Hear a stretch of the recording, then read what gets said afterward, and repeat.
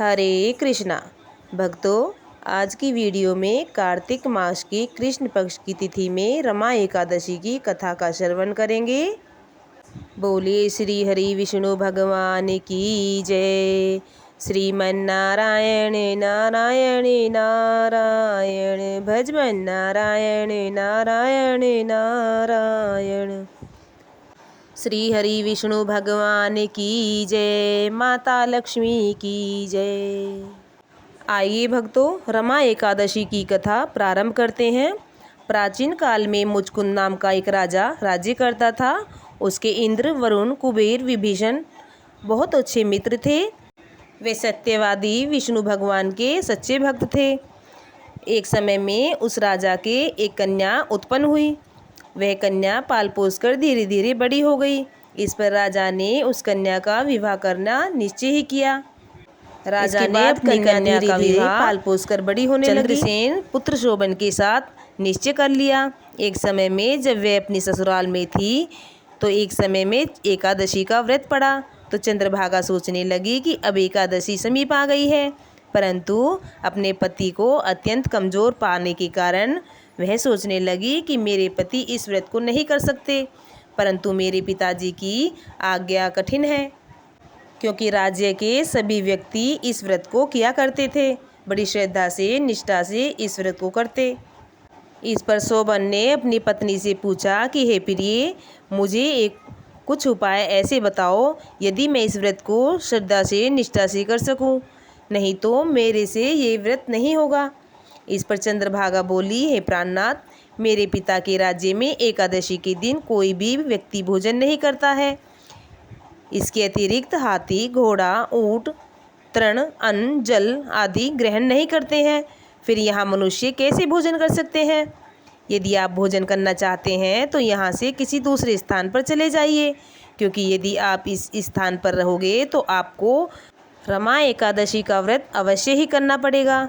इस पर शोभन बोला कि हे प्रिय, आपका कहना उत्तम है, मैं अवश्य ही इस व्रत को करूँगा।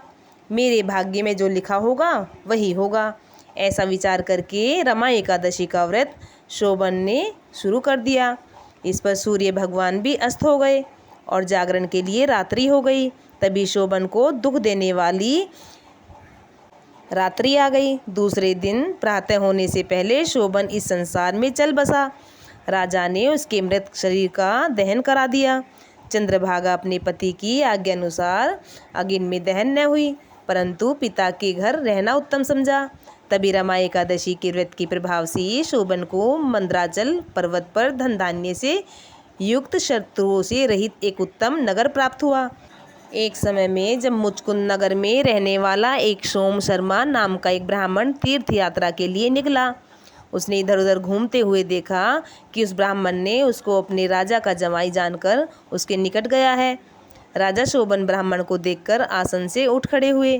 तभी उससे अपने स्वसुर स्त्री चंद्रभागा की कुशलता को पूछने लगा। सोम शर्मा ब्राह्मण बोला कि हे राजन, हमारे राजा कुशल हैं, अर्थात आपकी पत्नी चंद्रभागा भी कुशल है।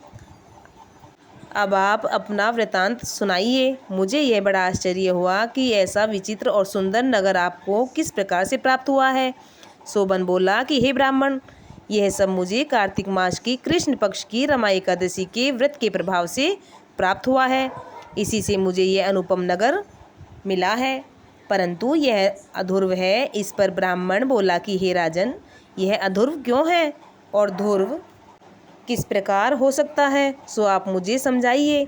मैं आपके कहे अनुसार वैसा ही करूँगा, इसे किंचित मात्र भी झूठ न समझे। शोभन बोला कि हे ब्राह्मण, मैंने श्रद्धापूर्वक इस व्रत को किया है, उसके प्रभाव से मुझे यह नगर प्राप्त हुआ है। इस वृतांत को राजा मुचकुंद की पुत्री चंद्रभागा से कहोगे तो वह इसको ध्रुव बना सकती है। ब्राह्मण ने वहाँ जाकर चंद्रभागा से समस्त वृतांत कह दिए। इस पर राजकन्या चंद्रभागा बोली कि हे ब्राह्मण, आप मुझे उस नगर में ले चलिए, मैं अपने पति को देखना चाहती हूँ। मैं अपने इस व्रत के प्रभाव से उस नगर को ध्रुव बना दूंगी। चंद्रभागा के ऐसे वचनों को सुनकर सोम शर्मा ब्राह्मण उसको मंदराचल पर्वत के पास वामदेव के आश्रम में ले गए। वामदेव ने उसकी कथा को सुनकर चंद्रभागा का मंत्रों से अभिषेक किया।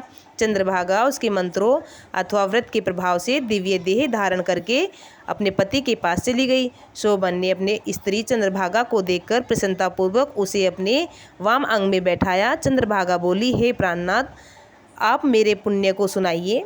जब मैं अपने पिता के यहाँ ग्रह के 8 साल की थी तभी से मैं यथाविधि एकादशी का व्रत करती हूँ। उन्हीं व्रतों के प्रभाव से आपका यह नगर ध्रुव हो जाएगा और समस्त कर्मों से युक्त होकर प्रलय के अंत तक रहेगा। चंद्रभागा दिव्य रूप धारण करके दिव्य आभूषण एवं वस्त्रों से सजकर अपने पति के साथ आनंद पूर्वक से रहने लगे और शोभन भी उसके साथ आनंद पूर्वक से रहने लगे। हे राजन, मैंने रमा एकादशी का महात्म्य तुम्हें पूर्ण रूप से सुनाया है। जो भी मनुष्य इस रमा एकादशी का व्रत करते हैं उनके समस्त पाप नष्ट हो जाते हैं, उनके ब्रह्मा हत्या आदि के सभी समस्त पाप नष्ट हो जाते हैं, उनके जीवन के सभी इच्छाएं पूर्ण होती हैं। जो मनुष्य रमा एकादशी का महात्म्य सुनते हैं अथवा दूसरों को सुनाते हैं वे विष्णु लोक के अधिकारी अवश्य ही बनते हैं।